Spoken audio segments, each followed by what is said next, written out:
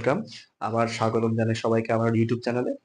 আজকে তোমাদের জন্য ক্লাস নিয়ে এসেছি গ্রামারের আরেকটা সবথেকে গুরুত্বপূর্ণ একটা চ্যাপ্টার, ট্রান্সফরমেশন অফ সেন্টেন্স। দেখো, ট্রান্সফরমেশন অফ সেন্টেন্সের চ্যাপ্টারটা হিউজ, অনেক বড়। এর মধ্যে অনেকগুলো সেকশন আছে।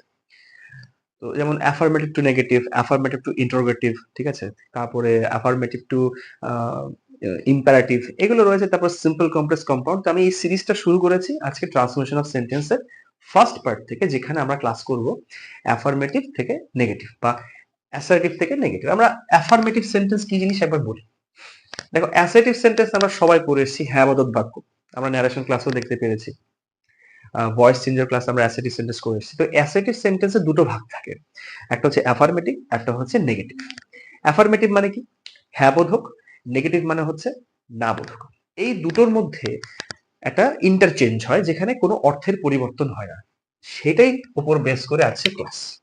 চিহ্নটা দেওয়ার কারণ হচ্ছে, তোমাকে যে সবসময় অ্যাফার্মেটিভ থেকে নেগেটিভ চেঞ্জ করতে হবে তা না, নেগেটিভ থেকে অ্যাফার্মেটিভও হতে পারে। তো জনস্বার্থে প্রচারিত অ্যাফার্মেটিভ মানে হচ্ছে হ্যাঁ বোধক। যাদের একটু সমস্যা বুঝতে, আমি বাংলাও লিখে দিচ্ছি, হ্যাঁ বোধক। আর নেগেটিভ মানে হচ্ছে না বোধক। এই সিরিজটা শুরু হচ্ছে, একদম লাস্ট অব্দি গিয়ে শেষ হবে, মানে সিম্পল কমপ্লেক্স কম্পাউন্ড দিয়ে শেষ হবে। তো আজকে ফার্স্ট পার্ট দেখো, এই কতগুলো রুল আমি আমার মতো করে সাজিয়েছি যাতে তোমরা ভালো করে বুঝতে পারো। ক্লাসগুলোর সাথে থাকো, চ্যানেলটার সাথে থাকো, সাবস্ক্রাইব করো। অবশ্যই ভালো লাগবে, এটুকু গ্যারান্টি, এটুকু কথা আমি তোমাকে দিচ্ছি। তো আমরা আজকে প্রথমে এটার যে রুল নাম্বার 1 সেটা লিখছি। রুল 1 আমরা দেখব অনলি। অনলি কি? শুধুমাত্র। অনলি হচ্ছে শুধুমাত্র। এটাকে আমরা তিনটে সেগমেন্টে ভাগ করব। কি বললাম? এই শুধুমাত্র, অনলি, এটাকে আমরা তিনটে সেগমেন্টে ভাগ করব। কি কি? এক, ব্যক্তিবাচক। এক, ব্যক্তিবাচক। দুই, বস্তুবাচক। তিন,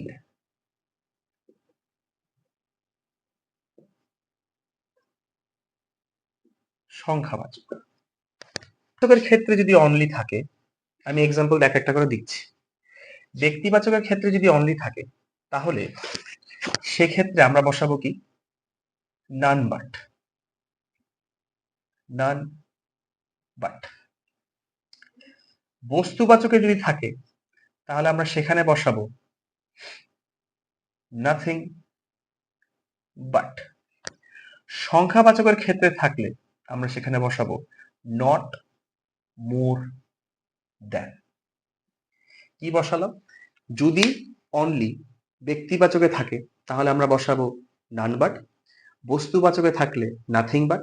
সংখ্যাবাচকে থাকলে not more than.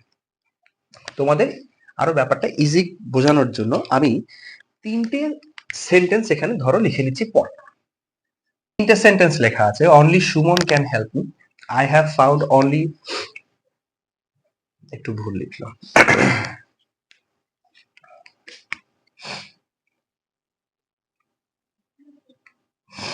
I have found only this broken part. I have only 2 cars. কি করে কি করতে হবে ব্যাপারটা তুমি ভালো করে বোঝো। প্রথম সেন্টেন্সে তুমি দেখছো অনলি কথা, দেখো প্রত্যেকটা জায়গায় অনলি দেয়া আছে। তুমি কি করে বুঝবে যে কোনটা কোন ক্ষেত্রে প্রযোজ্য? দেখো, অনলির পরে দেয়া রয়েছে একটা ব্যক্তির নাম, সুমন। তোমার কাজ হচ্ছে শুধুমাত্র সেই জায়গাটাকে ধরা। তাই তুমি কি করবে? অনলিটা কাটবে। অনলি কেটে তুমি জানো ব্যক্তিবাচকের ক্ষেত্রে আমরা কি বসাই? None but. None but Suman can help me. মানে কি? শুধুমাত্র সুমনই আমাকে সাহায্য করতে পারে। যার না বোধকে ছিল, সুমন ছাড়া আর কেউই আমাকে সাহায্য করতে পারে। মানে আমি যেখানে সুমনকেই গুরুত্ব দিচ্ছিলাম হ্যাঁ বোধক বাক্যে, না বোধক বাক্যেও আমি সুমনকে সেই গুরুত্বটাই দিচ্ছি, কিন্তু আমার কথার মধ্যে না চলে এসছে কি? শুধুমাত্র সুমন আমাকে সাহায্য করতে পারে, সুমন ছাড়া আমাকে আর কেউই সাহায্য করতে পারে না। আলটিমেটলি আমি সুমনকে প্রাধান্য দিচ্ছি।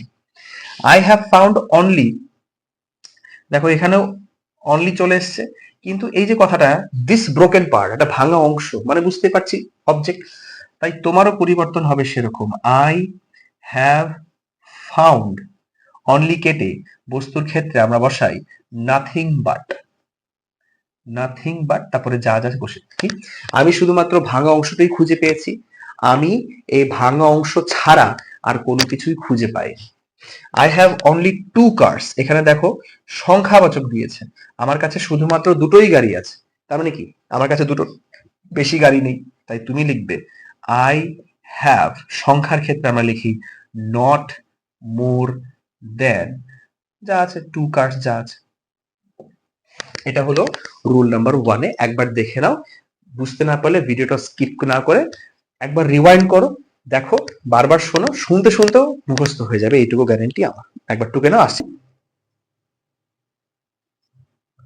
যেখানে আমরা মাস্ট কথা দেখতে পাবো, এটার আগেও আমি এই গ্রামার প্র্যাকটিসের যখন করাচ্ছিলাম, একটা মানে যাই হোক মজার ছিল, একটা পড়ানো হচ্ছিল, সেটা আজকে এখানে হবে। দেখো, যখনই মাস্ট থাকে সেটাকে আমরা দুটো সেগমেন্টে ভাগ করব। একটা হচ্ছে কি ক্যান নট বাট, আরেকটা হচ্ছে ক্যান নট হেল্প। হলো, কিরকম উদাহরণ দিচ্ছি, সেন্টেন্স লিখছি, you must do the work, যার মানে হচ্ছে তোমাকে কাজটা করতেই হবে, তোমাকে নেগেটিভ করতে বলেছে, তো তুমি জানো যে মাস্ট থাকলে আমি এই দুটোর মধ্যে যে কোনো একটা বসাতে পারি। যারা অ্যাভারেজ স্টুডেন্ট আছে, কোনো স্টুডেন্ট আমি ছোট বড় করছি না, যারা একটু মনে রাখতে পারো কম, তারা চেষ্টা করবে ক্যান নট বাটটা ইউজ করতে। ঠিক আছে, আমি দুটোই শেখাচ্ছি কিভাবে কি করবে। দেখো, ইউ মাস্ট থাকলে তোমাকে কি লিখতে হবে, ক্যান নট বাট, কিছুই না, মাস্ট থাকলে ক্যান নট বাট, মানে কি পরে বলি। You can not but do the work, মানে কি তোমাকে কাজটা করতেই হবে, তোমাকে ব্র্যাকেটে বলে দেবে যে বাবু এটা তুমি নেগেটিভে নিয়ে আসো। নেগেটিভ কি, তোমাকে কাজটা করতে হবে, না বোধক হয়ে যাচ্ছে, তুমি কাজটা করা মানে তোমার কাজটি করা ছাড়া আর অন্য কোনো উপায় নেই, তুমি কাজটা না করে থাকতে পারবে না, এই হলো। তুমি বলছো যে না আমি ক্যান নট হেল্প কথাটা ইউজ করতে চাই, কি কিছুই না, ইউ লিখবে, ক্যান নট হেল্প লিখলে সমস্যা হয়ে যায় এখানে, মেইন ভার্ব দেখো পরপর দুটো হয়ে যাচ্ছে, এটা V1, এটা V2, বাট ছিল কনজাংশন, তার জন্য মেইন ভার্বের কোনো পরিবর্তন হয়নি, কিন্তু হেল্প আর এই ডু পরপর দুটো ভার্ব, পরপর দুটো ভার্ব একইভাবে সংসার করতে পারবে না, তখন সেই থিওরি একবার শর্ট শিখে দেখে নেবে যে কি করেছি। তখন এই সেকেন্ড ভার্বের ক্ষেত্রে আমাকে কি দিতে হয়, আইএনজি বসিয়ে দিতে হয়, can not help doing the work. এটা তো খুব সিম্পল প্রসেস, কিন্তু আমার পরীক্ষা ইদানিং খুব গুরুত্বপূর্ণ মাধ্যমিক পরীক্ষা, আমি প্র্যাকটিস সেশনে করেছিলাম, আমি সেটা একটা উদাহরণ দিচ্ছি, এটা কঠিন দেখে দিচ্ছি। You can not but help the poor, তোমাকে বলবে যে বাবুয়া অমিট বাট, অমিট মানে বাদ দিয়ে দেওয়া, বলছে বাবু তুমি এই সেন্টেন্সে বাট কথাটা কেটে দাও, কেটে দিয়ে তুমি তোমার মাথা ফর্মুলা নিয়ে চলে আসো, তুমি অন্ধের মতো বসে থাকবে থরি, তুমি লিখবে ক্যান নট, এই বাট কথাটা কেটে তুমি জানো আমার কাছে বাট নেই মানে আমার কাছে হেল্প আছে, তুমিও বসালে হেল্প, আবার সেন্টেন্সে হেল্প আছে, তুমি ভাবছো এলে পরপর দুটো হেল্প রয়েছে, পরপর দুটো কেন 10টা হেল্প থাকুক, তুমি তোমার মতো করে কাজ করে যাও, শুধু মাথায় রাখবে এটা হচ্ছে V1 আর এটা হচ্ছে V2, ভার্বের ফার্স্ট ফর্ম সেকেন্ড ফর্ম বলছি না, দুটো ভার্ব, আমি পরপর দুটো ভার্ব একসাথে বসাতে পারি না, তাই সব সময় সেকেন্ড ভার্বের সঙ্গে আমি কি বসাই, মেইন ভার্বের সাথে আমি, ঠিক যেমন এটা তোমাকে করলাম, এখানে হেল্প এসছিল বাট কথাটা কেটে ওরা একটা সেন্টেন্সে ভার্ব দিয়ে রেখেছে যেটা হচ্ছে হেল্প নিজেই, এটা আইএনজি হয়ে গেছে, তাই হয়ে গেল বাকি অবজেক্ট। খুব সহজ ভাষায় তোমাকে বলছি, সহজ ভাবেই বোঝো, এর মধ্যে বেশি ঘটপট কটপট করতে যাবে না, অনেক অনেক ভাবে বোঝায়, আমি মনে করি এটা সব থেকে ইজি এবং তোমার মাথার মধ্যে থাকবে, এবং হ্যাঁ বাকিটা তো প্র্যাকটিসের উপর থাকছে। একবার দেখে নাও রুল 2, আসছি রুল 3, যেটা হচ্ছে অ্যাজ সুন অ্যাজ হলো যখনই। এটা আমরা দুটো সেগমেন্টে ভাগ করব, একটা হচ্ছে no sooner had.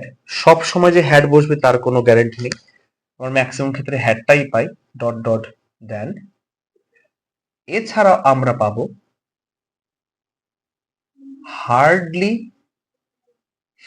Had dot dot when. আমি তোমাকে দুটোই বলে রাখি কিভাবে হবে, সবসময় হ্যাড হবে তার কোনো মানে নেই। দেখি একটা এক্সাম্পল দিচ্ছি, দেখছি as soon as he saw the tiger,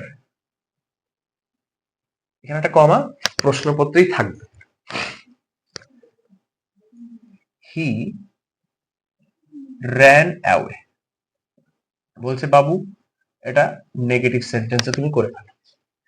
তোমার ডান দিক বাম দিক দেখে লাভ নেই, তুমি জানো অ্যাজ সুন অ্যাজ আছে, আমি কোন রকম মাথা না ঘামিয়ে কি বসাবো, নো সুনার হ্যাড প্রথমেরটা করে। প্রথমে কি লিখবো, নো সুনার হ্যাড। তুমি হ্যাড ছাড়াও করতে পারো, চাপ নেই। হয়ে গেল হি। তোমার এই হ্যাড থাকার দরুন মেইন ভার্ব এই স হয়ে যাবে সিন। খুবই সাবধান, খুবই সাবধান। তোমার এই হ্যাড কথাটা থাকার দরুন মেইন ভার্বের কোন ফর্ম হয়ে যাবে, থার্ড ফর্ম হয়ে যাবে। তারপরে কি রয়েছে, দা টাইগার। যে কমাটা ছিল সেটা উঠে গিয়ে হবে দেন। দেখো আমি নিজেই ভুল লিখে দিয়েছি, দেন। দেন আর দেন কোনটা বসাচ্ছ ভেবে, THAN দেন। তারপরে তুমি যা আছে তুমি তোমার টুকলি বিদ্যা শুরু করে দাও, ঘটনা শেষ। অনেকে বলতে পারো স্যার সবসময় হ্যাড কেন হবে না, তুমি এটাও করতে পারতে। নো সুনার যেহেতু এটা পাস্ট টেন্সে ছিল, এটা ভার্বের সেকেন্ড ফর্মে ছিল, তাই তুমি এখানে ডিডও বসাতে পারতে, তাই তুমি এখানে ডিড কথাটাও বসাতে পারতে। সাবজেক্ট হচ্ছে হি, যেহেতু ভার্বের সেকেন্ড ফর্মটা তুমি ডিড দিয়ে কাটিয়ে ফেলেছো, তাই ওই ব্যাটা হয়ে যাবে এখন মেইন ভার্বের ফার্স্ট ফর্ম, মানে সি হয়ে গেল সি দা টাইগার। কমাটা কেটে গিয়ে হবে হচ্ছে দেন হি ran away। এটা গেল এক নম্বরের ফর্মুলাতে। তোমাকে প্রশ্ন আসতে পারে হার্ডলি হ্যাড দিয়ে করো, একবার দেখিনি। তুমিও বসাবে নাচতে নাচতে, হার্ডলি হ্যাড হি, হ্যাড বসার জন্য সিন দা টাইগার। আমরা যেখানে কমাটা ছিল উঠিয়ে দেন করেছি, সেখানে এখন ঠাকুরের নাম আমরা কি বসাবো, ওয়েন। তার মানে হার্ডলির সঙ্গে ওয়েনের সম্পর্ক, নো সুনারের সঙ্গে তোমার দেনের সম্পর্ক, এটা মাথার মধ্যে গেঁথে নাও। হার্ডলি থাকলে ওয়েন হবে, নো সুনার থাকলে দেন, দেন হবে। তাহলে কি হলো, হি ran away। এটা তুমি মনে করো ডিড দিয়েও করবে, ডিড দিয়ে করতে পারো, আর এটা হয়ে যাবে সি, একই কথা। ঠিক আছে, এবার এটা যদি প্রেজেন্ট টেন্সে থাকে এটা হ্যাড হবে না, এটা তখন হ্যাজ হয়ে যাবে। এটা এই ভার্বের উপর ডিপেন্ড করছে যে এটাতে কি বসা। ঠিক আছে, প্র্যাকটিস করতে করতে আর অনেক কিছু পাবে। আসছি 4 নাম্বার, একবার টুকে নাও। আসছি রুল নাম্বার 4,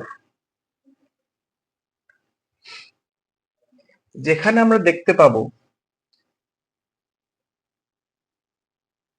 এভরি বলে কিছু কথা হলো কি, এটা আমিও দুভাগে ভাগ করে নিই। একটা, there is no dot dot dot but dot dot কি নাকি পরে বলছি, অথবা অনেকের সব থেকে ভালো হয় অপোজিট ওয়ার্ড ভাই করে আমি গল্প ছেড়ে দিই, আমি অত নাটকের মধ্যে যাব না। ঠিক আছে, দুটো দিয়েই বোঝাই, ঝামেলার মধ্যে যাব না। আমি প্রথমে লিখছি এভরিবডি লাভস হিজ মাদারল্যান্ড, যে প্রত্যেক ব্যক্তি তার মাতৃভূমিকে ভালোবাসে। নেগেটিভ কি লিখতে পারি, এক তুমি বলেছো এভরি থাকলে দেয়ার ইজ নো, তো তুমি লিখবে দেয়ার ইজ নো, ওই যে ডট ডট তোমাকে বলেছিলাম, এভরি পরে যেটা থাকবে সেটা, এখানে এভরি পরে বডি দেওয়া আছে, তুমি লিখবে বডি, এই বডি আবার ডেড বডি ফট বডি বলবে না, কোনটা নাউন থাকবে আর কি। বাট লাভস হিজ মাদারল্যান্ড, মানে কি প্রত্যেক ব্যক্তি তার মাতৃভূমিকে ভালোবাসে, এমন কোনো ব্যক্তি নেই যে না তার মাকে ভালো মাতৃভূমিকে ভালোবাসে না। এই বাট দিয়ে দেখো প্রত্যেকটা কথা, বাট কথাটা কিন্তু একটা কমন, হ্যাঁ, এর উল্টো তুমি করতেই পারো, কি সব থেকে সহজ, নোবডি, তখন তোমার এই লাভের উল্টো ওয়ার্ড তোমাকে জানতে হবে। লাভের উল্টো ওয়ার্ড হচ্ছে hates. Nobody hates his motherland. হলো, এরকম আর অনেক কিছু থাকে, আমি একটা জাস্ট বেসিক কনসেপ্ট তোমাকে দিচ্ছি, বললাম বাকি তো প্র্যাকটিস সেটের মধ্যে তোমরা পাচ্ছ কোশ্চেন ব্যাংকে। 4 নম্বর উৎস লিখে নাও, আসি লাস্ট 5 থেকে, এবং আজকে লাস্ট, এটা শুধুমাত্র চলবে হচ্ছে তোমার অপোজিট ওয়ার্ডের উপর ভিত্তি করে। যেরকম তোমাকে সেন্টেন্স দিল, হি লাইকস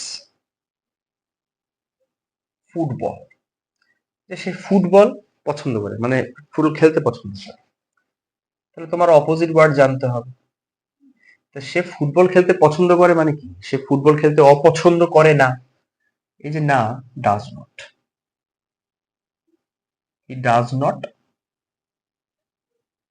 লাইক এর অপোজিট ওয়ার্ড হচ্ছে ডিসলাইক।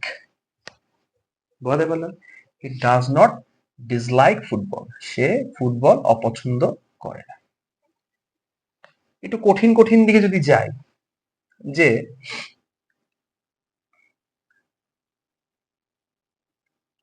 লাইফ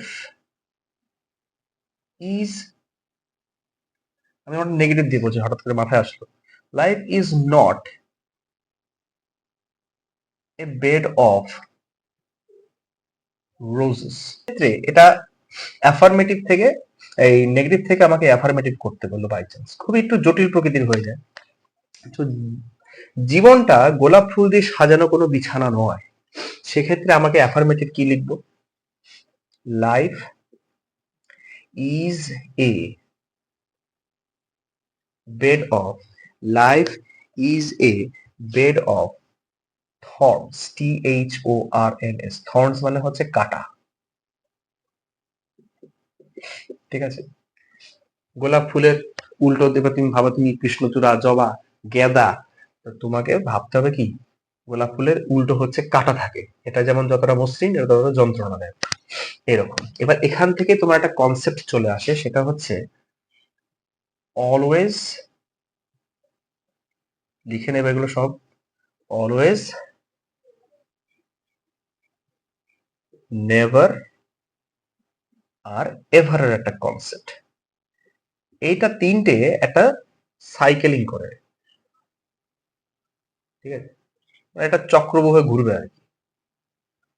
কিরকম, অলওয়েজটা থাকবে সবসময় অ্যাফার্মেটিভে, হ্যাঁ বোধ হবে, নেভারটা বুঝতেই পারছো নেগেটিভে, এবারটা আমরা পরের দিন শিখবো, সেটা হচ্ছে ইন্টারোগেটিভে। ব্যাপারটা কি, আমি তোমাকে একটা ছোট করে উদাহরণ তোমাকে ধরো একটু বুঝিয়ে দিল, আই উইল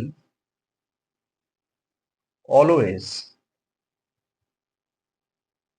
রিমেম্বার ইউ, আমি তোমাকে সব সময় মনে রাখবো। নেগেটিভ কি হট, আই উইল, তোমার সাথে সাথে অলওয়েজ এর অপোজিট ওয়ার্ড মনে পড়বে, এই অলওয়েজ এর সার্কুলেশনে মনে পড়বে যে নেভার হবে, অটোমেটিক্যালি তোমার নেগেটিভ হয়ে গেছে। নেগেটিভ হলে কি হবে, তুমি তো এখনো অপোজিট ওয়ার্ডটা করোনি, রিমেম্বার অপোজিট লিখতে হবে forget, I will never forget you, আমি তোমাকে কখনোই ভুলবো না। এটাই যখন আমার প্রশ্নবোধক বাক্যে যাবে তখন অন্যভাবে একটা করবো, সেটা আমরা পরের দিন ক্লাসে শিখি। এই হচ্ছে তোমার বেসিক একদম 5টা নিয়ম অ্যাফার্মেটিভ টু নেগেটিভ করার জন্য। এইভাবে তুমি করো, প্র্যাকটিস সেট নাও, কোশ্চেন ব্যাংকে দেখবে প্রচুর এরকম প্র্যাকটিস সেট আছে, সেখান থেকে করো। সমস্যা হলে আমাকে ওই যে কমেন্ট সেকশন আছে সেখানে জানাবে যে ক্লাসে যে চলছে। আশা রাখি ক্লাসটা অবশ্যই ভালো লাগছে, সবার উপকারে হবে এটুকু আমি তোমাকে গ্যারান্টি দিচ্ছি। তো দেখা হবে নেক্সট ক্লাসে। চ্যানেলটাকে অবশ্যই সাবস্ক্রাইব করো, ভিডিওটা লাইক করো, শেয়ার করো। চলো টাটা।